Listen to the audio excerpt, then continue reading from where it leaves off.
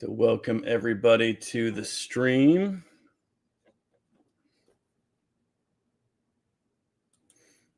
All right. How's the audio sounding, everybody? Okay, there we go. So let's get our cover image up here because we are celebrating Richard and Saladin, the Lion and the Eagle. All right. All right. Welcome, everybody. Welcome to the stream. So I haven't done any streaming in a while, but I'm glad to be here with everybody again. Welcome to Real Crusades History.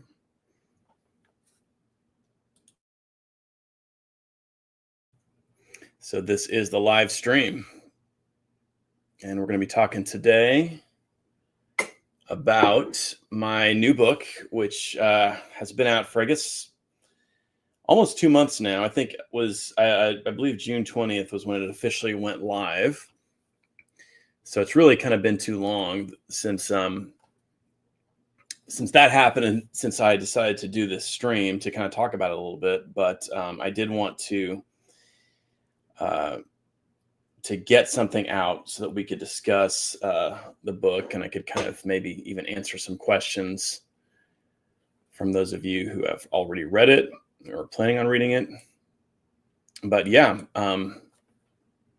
welcome everybody. So yeah, just to kind of give a little brief introduction here to the book itself. So the novel is called Richard and Saladin, the Lion and the Eagle, a novel of the Third Crusade. And this has been a book that I've wanted to work on for a long time. The project was almost in the making from the time I finished the last book, really, which that came out in 2016, which is kind of crazy to think about that it's been that long. But the Third Crusade obviously is a big deal for me. Richard the Lionheart as a historical figure is a really intriguing historical figure. His story is a lot more interesting than the kind of the myth that has grown up around him. You know, the idea that he's kind of this just bullheaded sort of berserker type of warrior who just rushed into battle and just, like in a crazed manner. And that's why he won his battles. I mean, that is not true at all. And in fact, that's something that you will learn if you pick up my book. So I wanted to tell the story of the Third Crusade as it is, as it comes down to us from history. So that was a big deal to me, was to make the novel be a good reflection of the historical reality of the Third Crusade. And the truth is that, and for those of you who've been following the channel for a while, you'll know this, but the Third Crusade, it's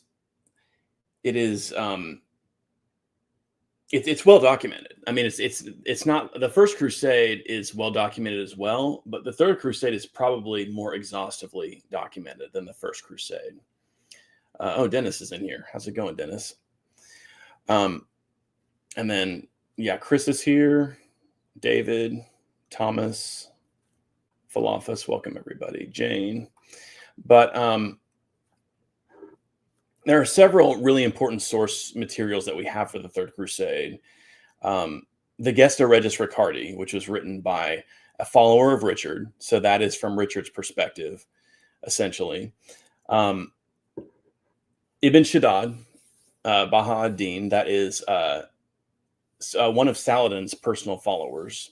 The judge of the army was his official title. He was basically one of the intellectuals, one of the important men in Saladin's entourage. And he wrote a biography of Saladin, which is available in translation today, called The Rare and Excellent History of Saladin, which you guys can pick up from Ashgate Press if you want to. Again, that was one of my big sources for this book.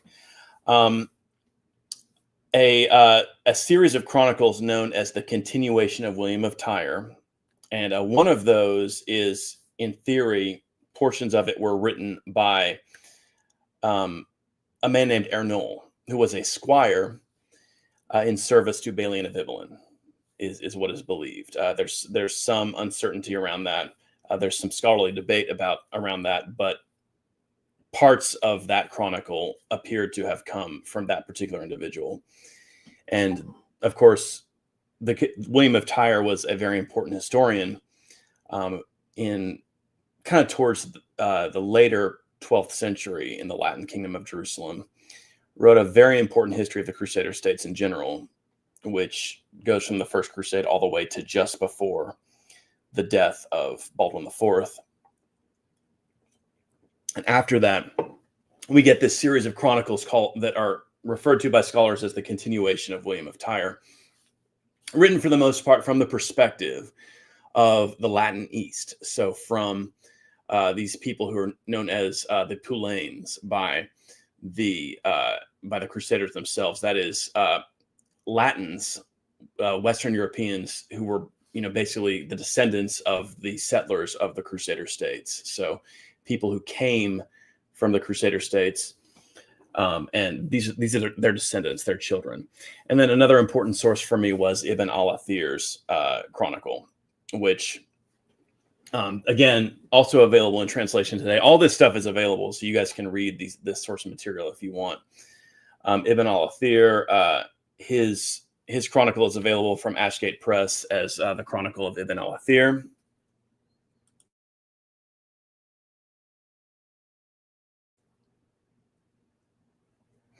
So yeah, that is what that's kind of some of the source material behind this book.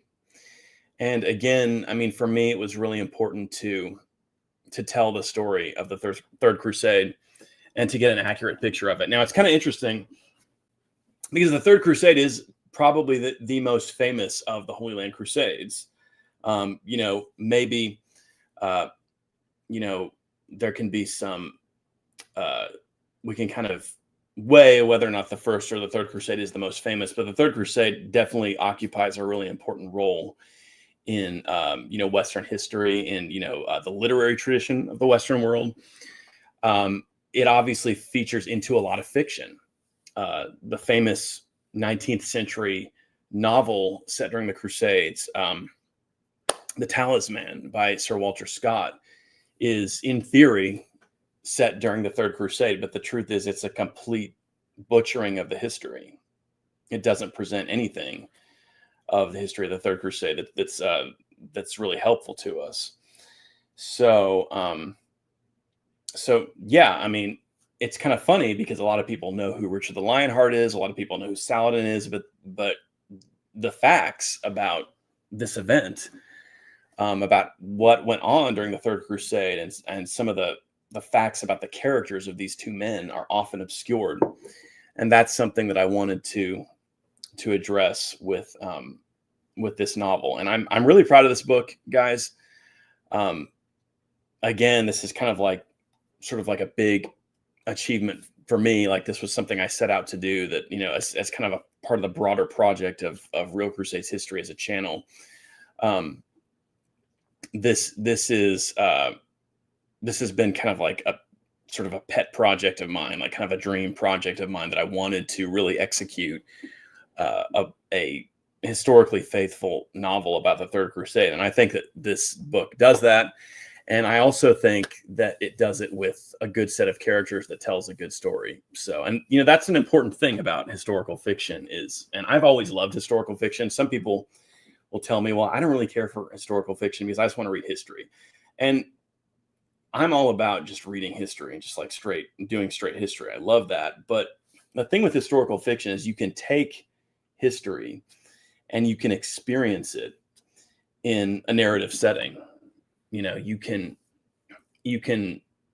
the stuff that we love about novels and movies, what we love about that is that it's a narrative. It makes character the center of it, that element of human emotion and the feeling of the whole thing.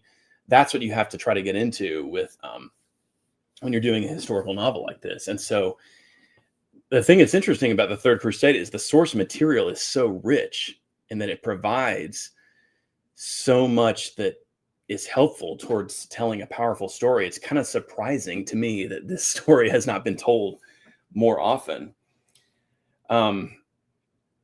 So yeah, I want to kind of talk today, guys, a little bit about just the book. Kind of like, I don't want to give too many spoilers out. I think a lot of the people in the chat right now have actually read it, so that's awesome. And I want to thank everybody who has already read it. I really appreciate that.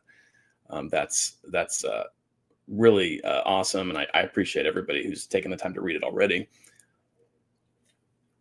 But so I want to talk a little bit about the characters and about which characters were just straight up historical figures. There's only a couple that are entirely fictional, and even those are based pretty closely on things that are relevant to the period. Like, just as an example for you guys, if you look at the cover here, this female character next to Richard with the red hair, that is a character named Stephanie of Saint Bertain, and she's really based for me on really almost a single passage from this chronicler, Imad ad-Din, one of Saladin's chroniclers, who Imad ad-Din wrote an account of Saladin's conquests in 1187, 1188.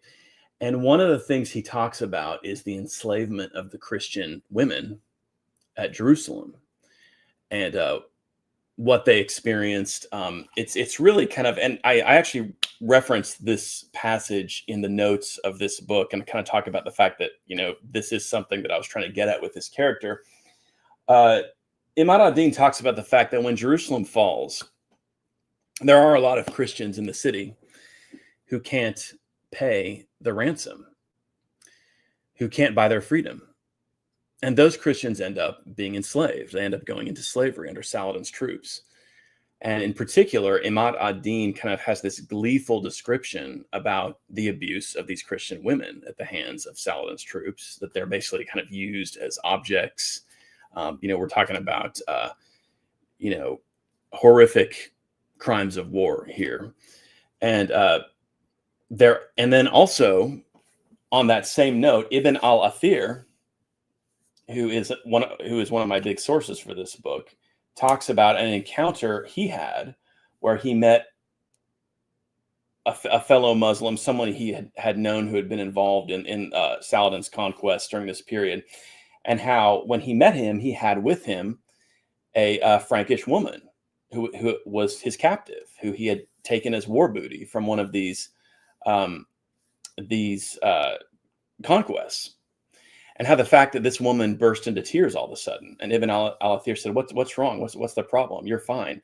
And she said, "I'm crying for my loved ones who I lost, my brothers, my father, my people who have died in the Sultan's conquest." And Ibn al-Athir kind of passes over that incident rather briefly, but this is a profound thing that really gets you thinking. And I really wanted to think about women who fell into captivity during this period, and so that is, this character of Stephanie of Saint Bertain is based on that, and her experience of when the novel opens, she is in captivity. She is a slave to Saladin's brother, Al-Adil. And my reason for that, for picking that particular route for the story, is that Al-Adil had captured Jaffa. And Jaffa was one of the few towns that during Saladin's conquest, he took, it was taken entirely by force. There was no negotiation. There was no surrender. The town was basically overwhelmed and destroyed, and there was a mass slaughter of people within it. And a lot of the women and children inside of Jaffa were taken as slaves. And so in my book, that is the backstory for this character of Stephanie de Saint Bertain. She's the daughter of a knight. She's nobly born. She's a highborn woman. And she's a Poulain, if you will. She's a Frank who is native to the Holy Land. She's a descendant of, the original founders of the Crusader states. And she goes through this experience of the fall of Jaffa and basically losing her entire family. Her brothers are killed at the Battle of Hattin. Her father is lost at the Battle of Hattin. She doesn't know where anybody else in her family is, and she's basically made a personal concubine to Saladin's brother. And so this is just like a devastating, brutal experience that she goes through. But then the experience of that, like, she is in captivity when the Third Crusade gets there, when King Richard gets there, and these rumors start going around. The Lionheart is here. The King of England is here. That Saladin's men are terrified of these rumors of this mighty King of England who has arrived and is going to crush Saladin's war effort. And she's stirred by that. This gives her hope, and she starts to think, is there some kind of hope for me to maybe be liberated from this, to maybe be freed from this horrific situation that's happened to me?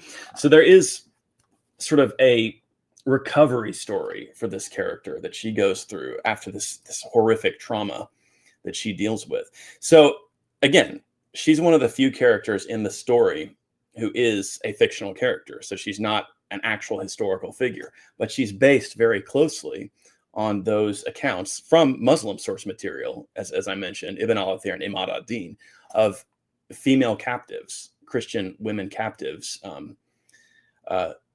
of which there were many in the aftermath of Saladin's, traumatic conquest of the Holy Land. So, okay, so that's just one little bit I wanted to get into as we start out here. But I do want to get to some questions so that everybody can interact a little bit. And maybe if anybody has any questions about the book, I would like to address some of that too. So let me look through some of the questions here, and then we'll talk about some of the other characters, just, for as long as everybody wants to hang out for a bit here today. I'm glad that we could do this. Okay, and so first of all, Adrian Cordeleon, I like your name. He says, Richard is a hero. I'm with you there, Adrian. I agree with that fully. I don't think there's any reason not to describe Richard that way, especially when you look at what the Muslims said about him, quite frankly. I don't think I would find Richard the Lionheart as compelling as I do if it weren't for the Muslim source material we have about him. That is my favorite stuff to read about him, because the way that the Muslims recorded their experiences of this man make him just about the most remarkable figure in the Crusades. Because I don't know if there's definitely not another medieval king, I think, who is described in so much detail and in such a positive way, quite frankly, by the Muslims as Richard the Lionheart is. What we get from the Muslim source material is that, first of all of the heroic deeds that Richard is said to have performed at places like Jaffa, for example, are confirmed by the Muslims. I mean, there's just no question about it. If all we had were the Christian source material about the Battle of Jaffa, I think a lot of people would be wondering how much of it we can take seriously, if some of it was exaggerated.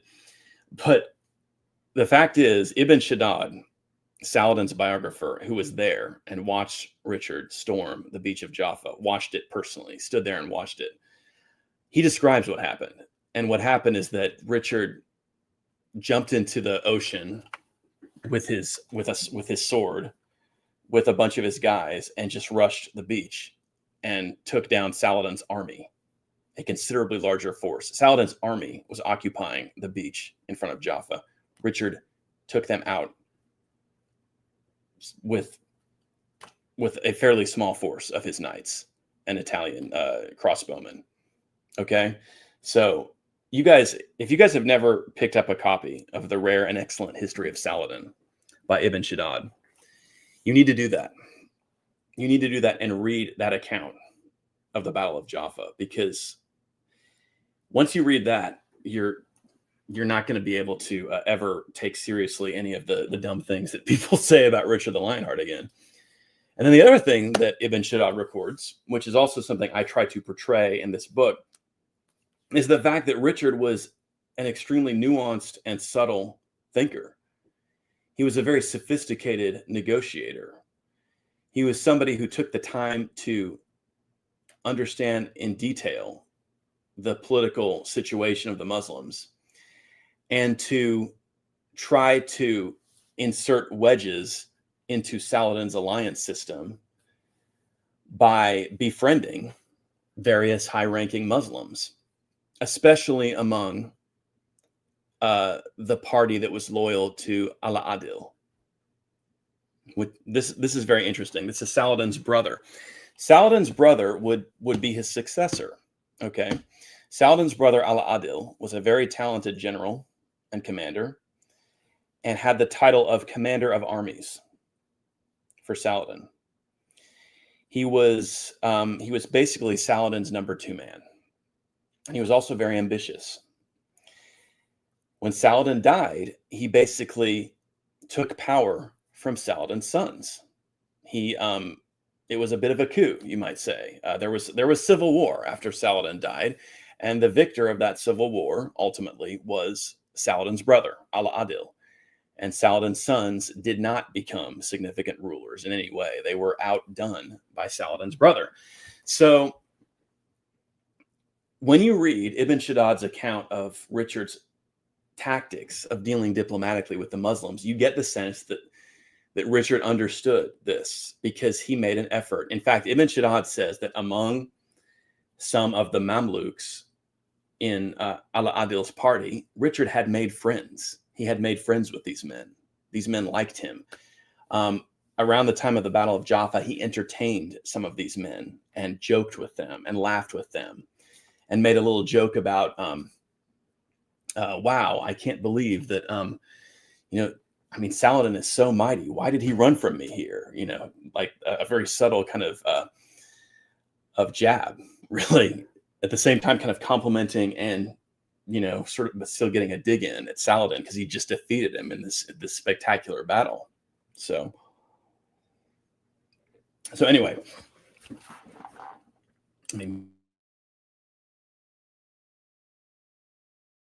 my point just being there that Richard seems to have perceived to some extent that there was this tension between Saladin and his brother, and he was trying to exploit it, and he kind of did. He was establishing contacts and making friends among his enemies. So again, it's kind of interesting, because isn't the old cliche that the Crusaders, and in particular someone like Richard, were just a bunch of meatheads who just came in and were trying to swing swords at anything with a turban on? And that's not true at all. Richard he took the time to understand the Muslims, to understand their political order, and he tried to exploit it with a lot of subtlety.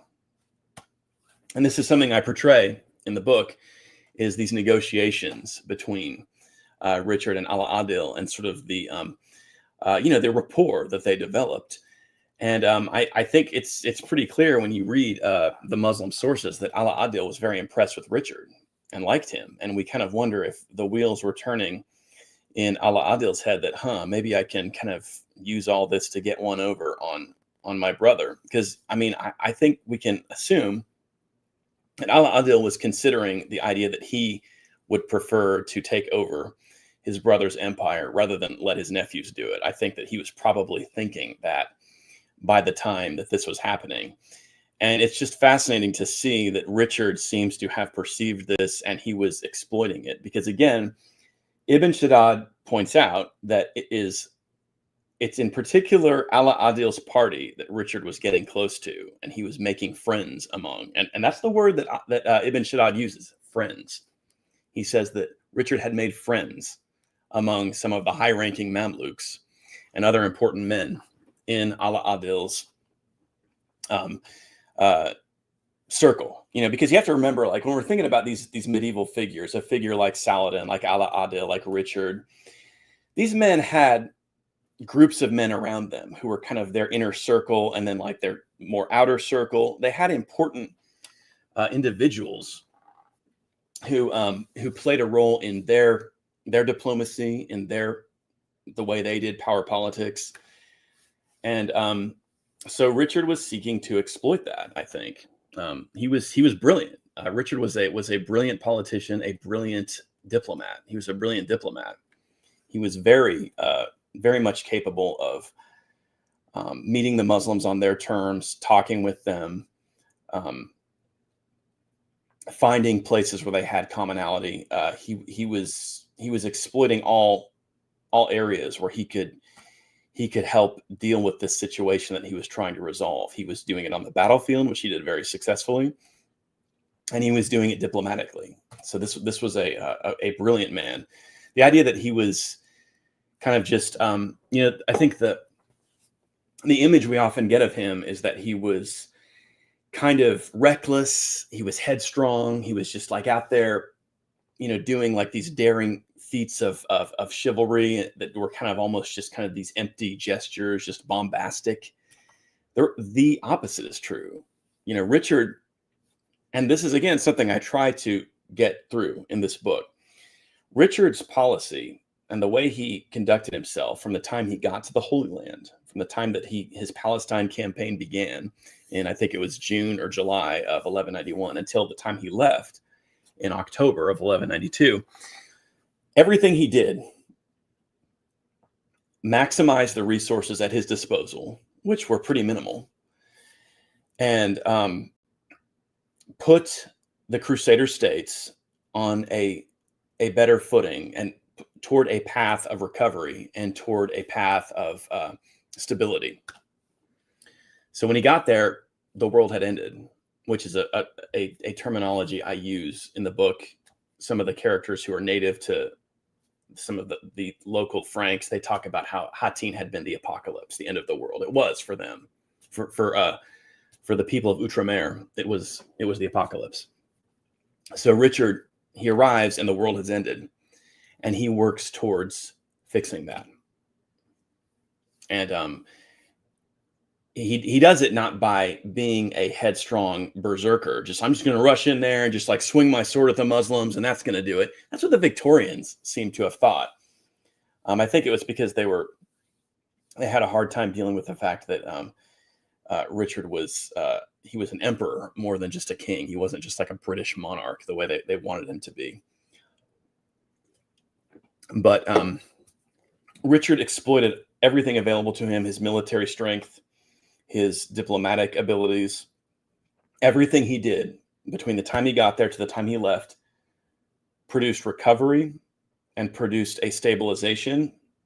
Of course, he recovered territory for the Crusaders. He recovered a huge stretch of the Palestinian coast for them: Acre, Jaffa, Arsuf, a lot of these important territories. He forced Saladin to recognize that in a treaty.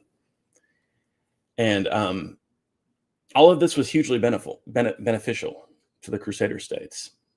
So there you go. So that's a little bit of an opening monologue, I guess you could say. Okay, so let's go through and see what some other comments are that people have here.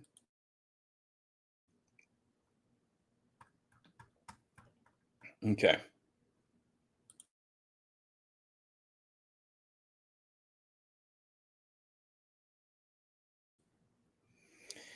So we've got Christopher Green, and he says, I got your book in the mail. Is it based entirely on historical fact, or is there any fiction mixed?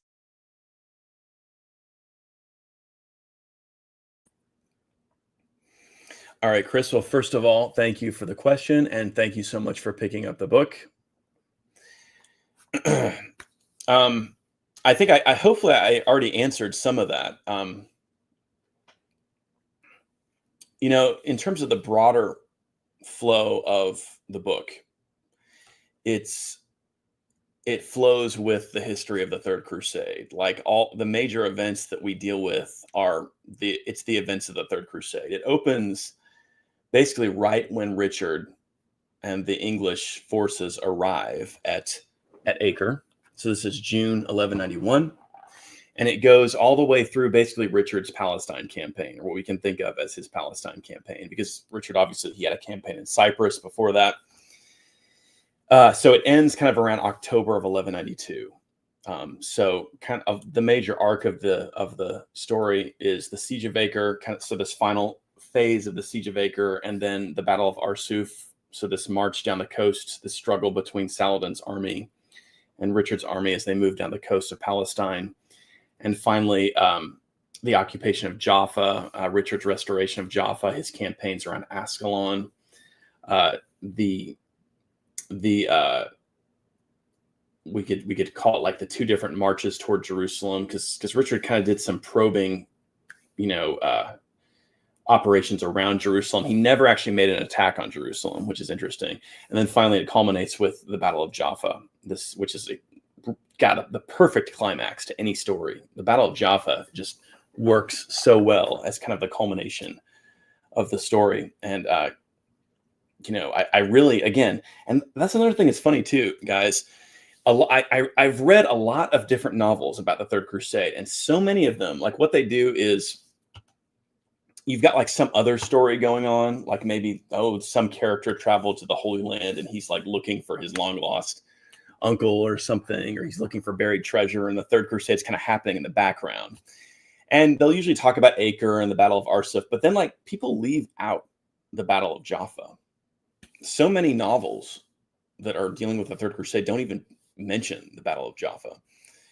And the Battle of Jaffa is just one of the most compelling moments in medieval history. It's probably one of the most fascinating military events in military history. So it's just amazing to me that people leave that out so often. So, okay. I would say, it's based, there are some fictional elements, in there. There's a couple of characters that are, developed as kind of part of, some of the themes that's going on, but they're not specifically historical figures. Most of the characters are historical figures. Like if we just look at the cover here, we've got Richard, the female character here with the veil is Richard's sister, Joanna, she's a huge character in this book. The Saracen right there in the middle with the gold armor is Al-Adil. And then we've got Saladin right here. Some other historical figures that are important in the book. Philip Augustus of France appears. Leopold of Austria. Both of those characters appear in the book and are important characters. The Templar Grand Master, Robert de Sable, the Hospitaller Grand Master, appears in the book. There's a Knight Hospitaller figure in the book who's kind of an important character. He's not the Grand Master, but he's a knight. And he kind of plays a role as almost kind of a sage type, sort of a wise figure that imparts some knowledge to one of the main characters, who's one of Richard's knights, a knight named Baldwin. And that character I actually based just plucking a name from one of the chronicles. There's a Hospitaller called Robert de Bruges, who is mentioned in the Gesta Regis Ricardae. And I just took his name and just developed him into a full character to kind of act as almost like a kind of like a wise, sort of like a figure who's there to kind of like impart some knowledge to our main character, almost like an Obi-Wan Kenobi type character. I don't think that I didn't like try to use the hero's journey template or anything when I was doing this book, but he kind of takes on a role like that, I think, for this book. Okay, let's get some more questions. Thomas, I made it. If my job knew they would kill me immediately. Okay, we don't want that, Thomas, so stay safe. Okay. And then Chris is here. This is Chris, guys, in case nobody knew that. Another Chris.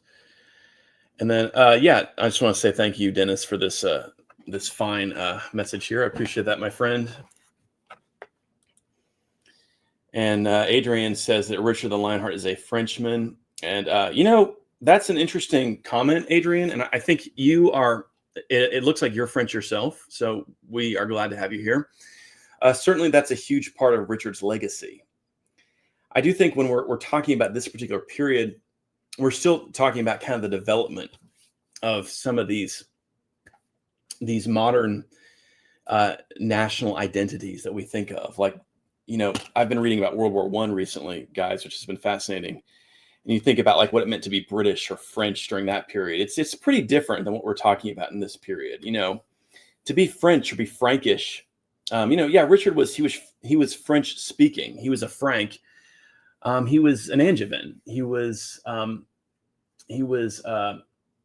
somebody who came from, he had a strong connection to the Occitan, the south of France. His mother came from Aquitaine, and those identities were those were important identities, even within like this broader idea of just being French speaking or being Frankish. And there were different dialects of French at this phase. So I think it is kind of complicated, but I think the French today certainly have every right to claim Richard as one of their heroes, especially just thinking about the medieval era.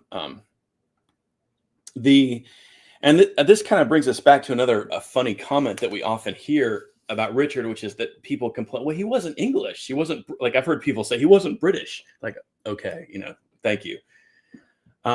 This was a period when the nobility, the royal elite, the kings who ruled in England were from a French-speaking dynasty, going back to William the Conqueror.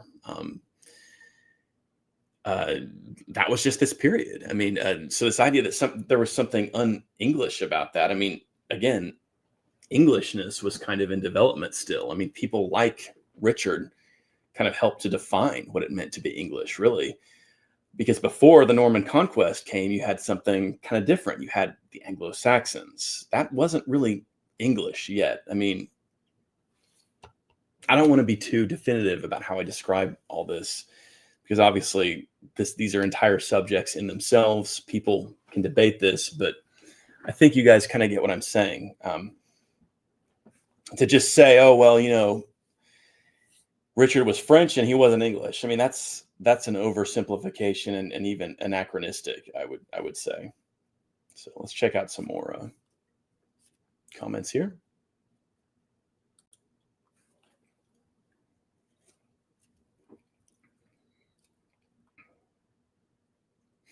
Okay, Lexus asks how tall Richard was.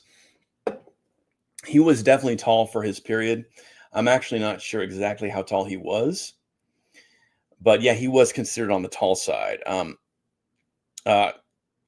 Somebody tell me in feet how much is 196 centimeters. I'm actually not even sure how much that is. Well, Adrian, you're doing great in terms of your English. A lot better than I would be doing in French, let me tell you. And Adrian says the cover of the book is beautiful. I appreciate that, my friend. Thanks very much. And Chris says that Richard is his second favorite, his first being Fernando III. That is a great comment, Chris. I appreciate that. I do think that Fernando III is also an outstanding king. Somebody I think we could describe as a hero, just as we could Richard, a king who deserves his own story to be told as well. So, and Lambert, my friend, thank you so much for being here. It's great to have you here as always. Okay, and Lambert says, a question I had during my reading of the novel was, how did you decide to show the truth of how Frankish captives were treated by the Muslims? Okay. Well, I think we kind of talked about that earlier. I think it's an underreported thing. I think it's often not really discussed. The Muslims themselves in their chronicles talk about it. And I based my character, who spends part of the book in captivity, I based her experiences on what is described in those particular Muslim chroniclers, particularly Imad ad-Din and Ibn al-Athir. But also, I kind of wanted to do justice to the Christian women who suffered that during this period, because I think that their voices are maybe not recognized. So I wanted to do that. But also, it's just it makes for a good story. I mean, there's a lot of dramatic tension in a character who's experienced something like that, who maybe wants to escape a situation like that. I mean, I do, you guys, if for those of you who have read the book, I mean, that is a big part of, the story is the story of this character, Stephanie. And I really like her character, which is, when you're writing a book like this over time, you kind of start out maybe thinking things are going to be one way, and then certain characters grab you and take up your interest. And then sometimes that helps dictate, where things are going to go in the story. And Stephanie definitely played a bit of a role like that in this book. She was a character that her story was really compelling to me, and she does, play a big role in the larger narrative that as it goes forward. So, and it ties in well with what happens at Jaffa at the end, the Battle of Jaffa, because this is her home city. The way I portray it is that she's the daughter of a knight who was a vassal to the Lord of Jaffa. So when some of these characters end up back at Jaffa toward the end of the book, and Stephanie is one of those characters, this is a moment where she confronts these bigger things in her past. This is a place where back during Saladin's initial conquests in 1187, she experienced something so horrific and so devastating and violent that it scarred her deeply. And it's kind of a moment where she confronts that. And, my goal was to, show some character development in that way. So that was a big part of it for me, Lambert. That's a great question. Thank you. And let's see. I'm the UK. I'll tell you what, King. That's another thing you can think about with somebody like Richard the Lionheart. When you read about the story of this man was the most powerful man in England during his life. The equivalent today would be a set of men who are the most powerful men in England today? I mean, they are not comparable to a man like Richard of England. They are a pale comparison. It's kind of remarkable when you think about how sort of cowardly and pathetic and grasping the people that have power in our society today are, compared to a man like Richard the First of England. Look, whatever you want to say about Richard, this was a heroic man, a courageous man, a man who, he didn't send a bunch of people to war and sit back in an office and hear about it in reports. He went and fought the war. He put on armor and fought on the front lines of this war. And he was the King of England. I mean, wow, what a different world we live in today. And I mean, whatever you can say about the Middle Ages, the man who ruled England at that time was a great man. And I don't know if you can look at any of the people who have power in our society today and call them great. I'm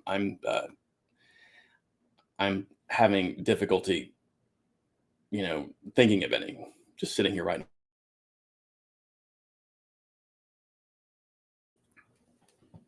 now.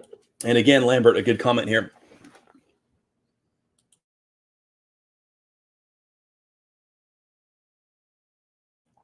I got to stop drinking carbonated beverages here.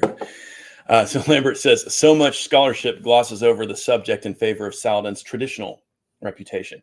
Yeah. And, I'll tell you what, guys, that's another good topic to bring up about this book. I mean, I really tried to be conscientious in how I treated Saladin.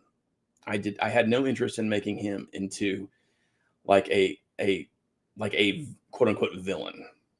I was not interested in making him into like a villain twirling his mustache, if you will. I really wanted to be true to his character, to get to his motivations, but I also wanted to be honest. And you know, I wanted to portray honestly some decisions that Saladin made that were perhaps ruthless in some situations. One of the things that might fall into that category is the way he dealt with the garrison of Acre that was in captivity after the Crusaders took Acre. Did he deal fairly with those men who had fought so hard for him at Acre? Did he move heaven and earth to secure their freedom? I'm of the opinion that he did not. I think when we look, and when you read even his own chronicler, Ibn Shaddad, you get the sense that even he had questions about how his master had dealt with these men who should have received every effort from Saladin to secure their freedom. Conversely, when Richard had was dealing with captives, when there were crusaders who were taken captive, Richard would move heaven and earth to secure their release. Some of his, some of the various knights, he did everything he could to make sure that they were that they were freed. So. But I think that Saladin, a lot of Saladin's positive qualities come out in my book. I mean, the fact that he was an incredibly intelligent ruler. He was extremely devoted to his religion. He was a kind of a bit of an aesthetic type personality. He was not given to finery and pomp and circumstance. He lived fairly simply, this is all stuff that I portray in the book. I mean, I wanted to get at Saladin's character too, and my guide for that was his chronicler, Ibn Shaddad. So, I really made that sort of my main source for kind of getting at Saladin's character, but also the other Muslim chroniclers as well. Ibn al-Athir was coming at it from a different camp. Ibn al-Athir was a Zengid. He was a Zengid chronicler. So he was kind of describing the Muslim perspective of all this from outside of Saladin's camp. The Zengids were Saladin's enemies, traditionally.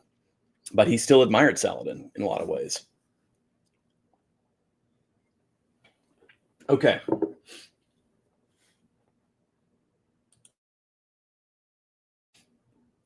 So we'll get to a few more questions here, guys. I really appreciate everybody being here.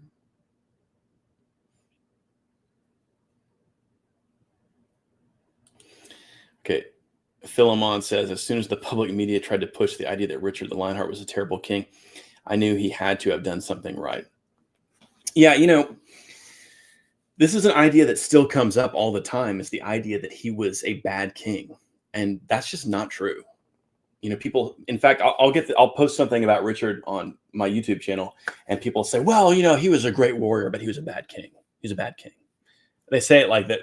They'll post that like they're saying something just like remarkably profound. Like, well, for me, I mean, I admire that he was a good warrior, but he was a bad king. He was a bad king.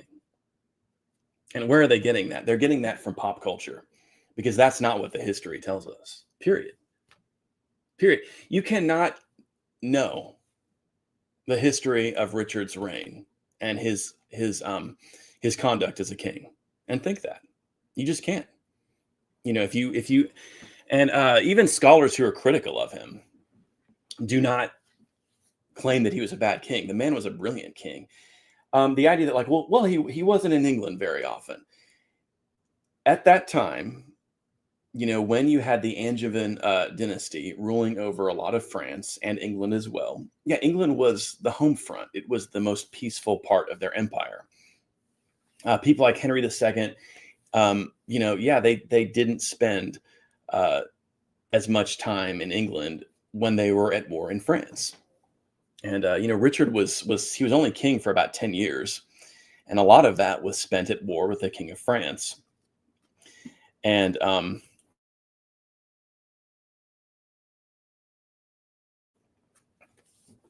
what defines Richard, what really defines his capability as a king is that one, he knew how to appoint the right people, because that's part of being king. It's not like a king, even if like you're the king of just England, you're not going to spend all your time like governing every aspect of England. You have an administration that deals with a lot of the immediate day-to-day stuff.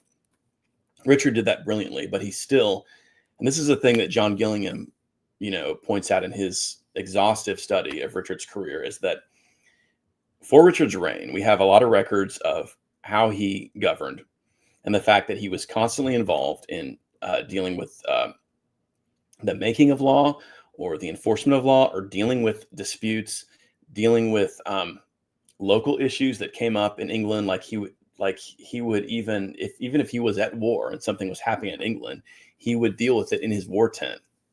He was a workaholic. I mean, if he was at war, he was dealing with a war, he would still be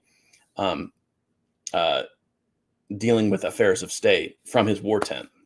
So England prospered under Richard. This idea that he bankrupted England is not true.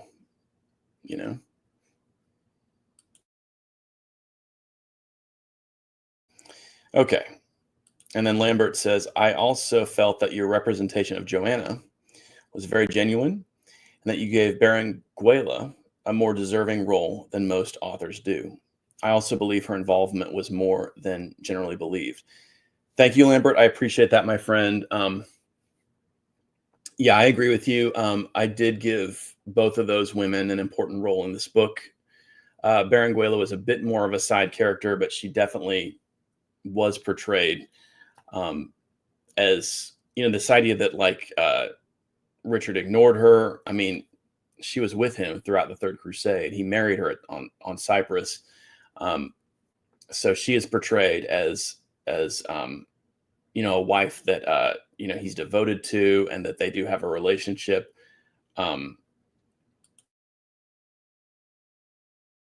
There is kind of some, the fact that she is often like left like wondering if he's okay while he's away at war, stuff like that. Like there is a lot of separation for them, because he is so busy with the crusade.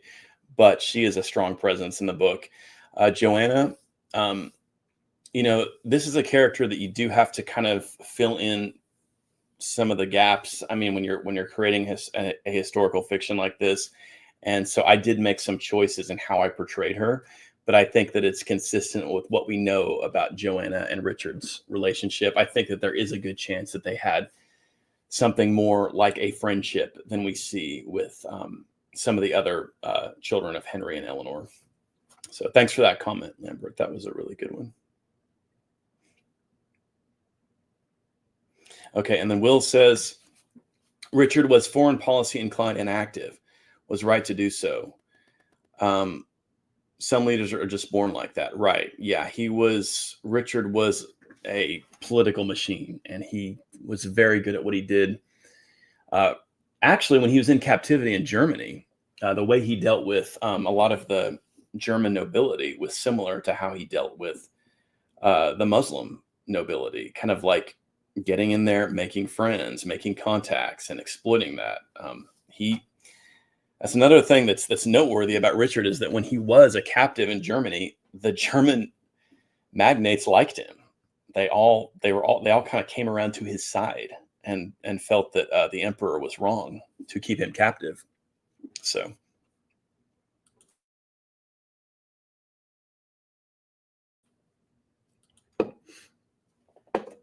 And Lewis says, what was the most fascinating thing you found in your research when it came to this book?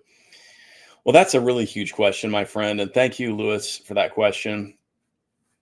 The fact is, I'm just completely fascinated by the Third Crusade. So, I mean, the entire thing is gripping for me. And really, kind of the process of taking all the different sources and bringing them together and kind of like getting a synthesized narrative out of that is really interesting, especially when you have the rich source material we have for the Third Crusade. And a lot of what I did was I tried to um, give all the sources their due. So there's important stuff from each one of the sources. Like, for example, here's a good one. Ibn al-Athir talks about an occasion when Richard and Ala-Adil were meeting in a diplomatic discussion when they talked about music. And Ala-Adil brought a female Muslim harpist and singer to perform some Muslim music for Richard. And he talks about how Richard found this, he enjoyed this, and asked questions about it, and how they discussed music a little bit. Okay, again, this is very interesting.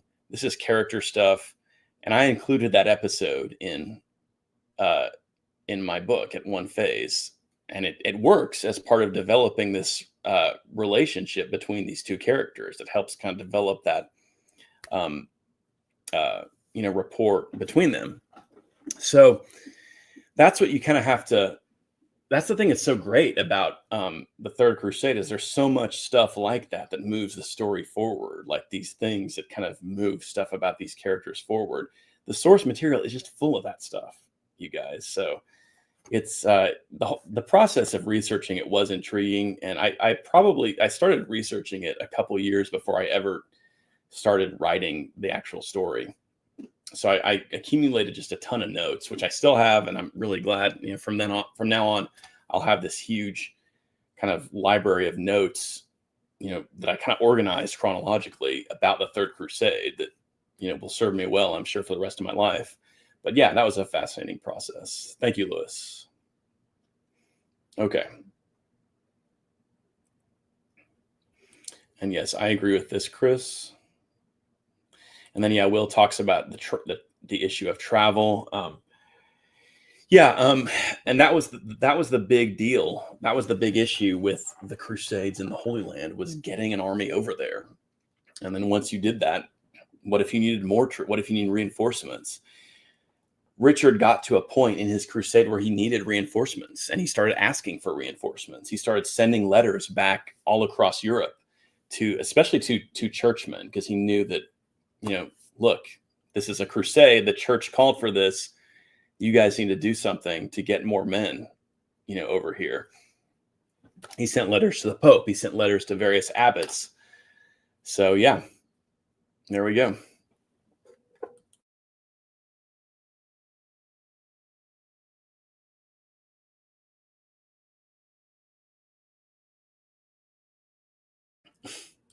Here's another good comment from Lambert.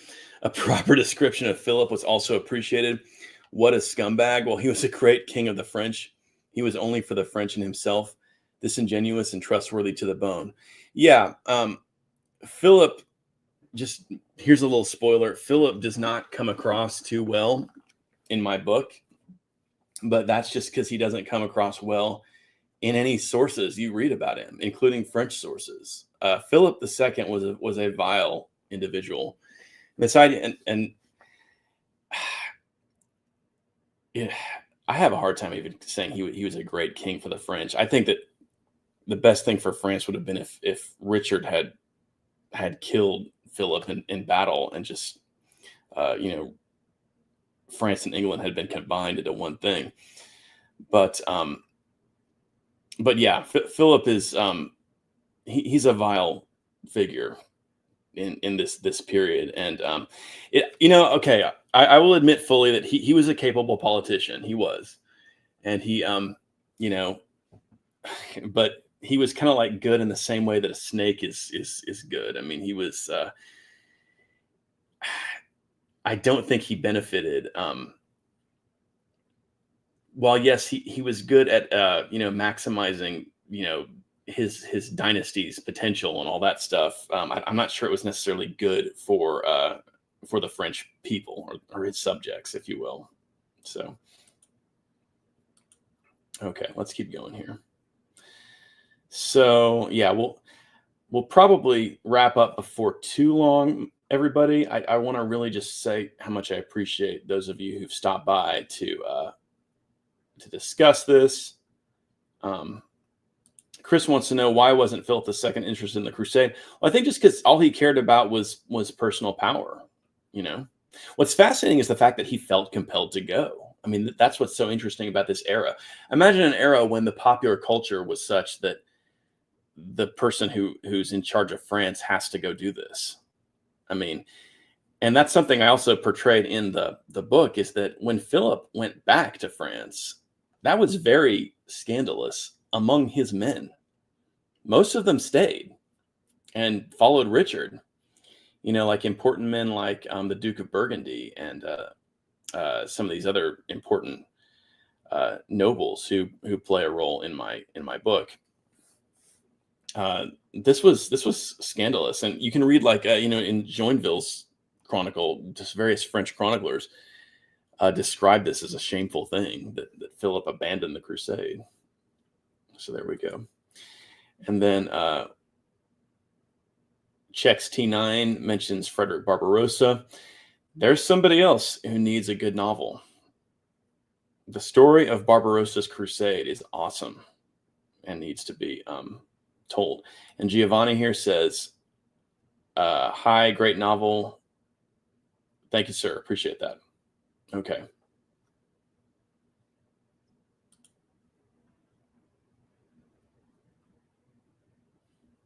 Okay. Oh, there's another one from Giovanni. Thank you, Giovanni. So yeah, the conflict between Richard and his father, I think, I'll tell you what, personally, I think a lot of it comes back to the fact that Henry II was a poor father. And this is something that comes from the source material. Yeah, that family was a dysfunctional family, no question about it. Richard was very close to his mother. He also had a very positive view of his father, and I kind of tried to portray that in the book.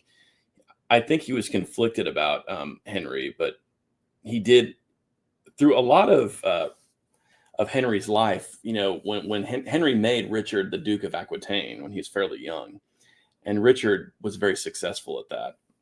Henry relied on Richard for a long time, and they were close. There were a couple of brief periods where, you know, that relationship broke down, but you know, I think, I'll tell you what, I'm a father myself, and I can't imagine not spending time with my kids, like kind of like my, you know, just being sort of a figure that my kids heard about. And that's what Henry was to his children. He did not cultivate a relationship with them.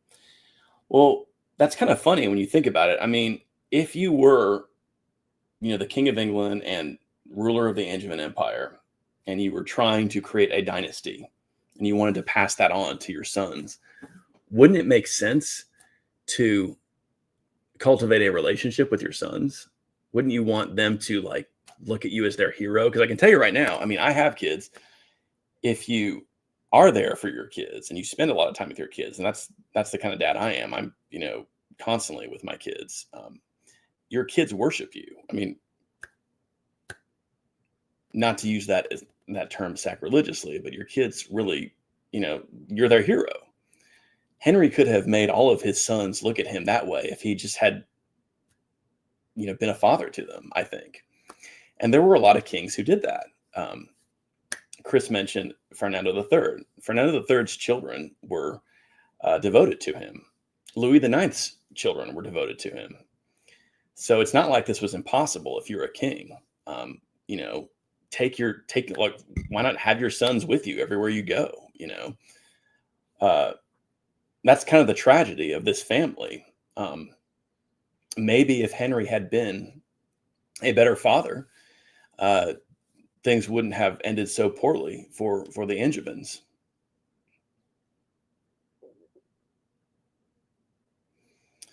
Okay, so let's see here. I'm going to skip through a little bit more of this. I'm going to have to probably wrap things up in a bit here, guys. I really appreciate. I think we got a super chat here. I want to make sure I get that. Okay, yeah, from Chris. Thanks so much, Chris.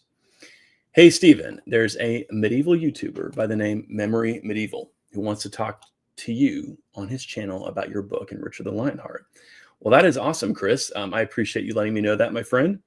let's try to get in contact with him. If you know him, if he's a friend of yours, maybe send him an email. Let him know my email, realcrusadeshistory@gmail.com. And he can certainly get in touch with me. I would love to talk to him about that. Okay. A lot of great comments in the chat. So guys, we're gonna do this again. We're gonna talk about this book again. I'm gonna try to get on more often to do this. I'll schedule something again here. Let's see here. Let's see if there's maybe one or two. Does anybody have any final questions they want to hit before we get going? So yeah, Will says, thanks for the stream. Absolutely, Will. Thank you, my friend. I appreciate you, my friend, for being here. Awesome. So yeah, we'll just thank you, Giovanni. Okay. A lot of really good questions in the chat. Thank you guys so much. Sorry about the rough start we had there. There's really no excuse for that. I've done this a million times. Okay, well, great. Yeah, guys, I want to again say thanks. If you haven't picked up the book yet, I would hope you would consider doing so. And we'll end it there. So yeah, here's from Kaiser of History. I love how we're just chatting about being with your family, and now you are popping off to be with your family. That is true, my friend. That is true. Yeah, actually, that is definitely why I have to kind of wrap things up right now. So, but yeah, I appreciate all you guys. It's great to see so many familiar faces in the chat after all these years. Real Crusades history is definitely kind of a community. So great. Okay, guys, we'll end it right there. And thanks so much for being here, and we'll talk to you soon.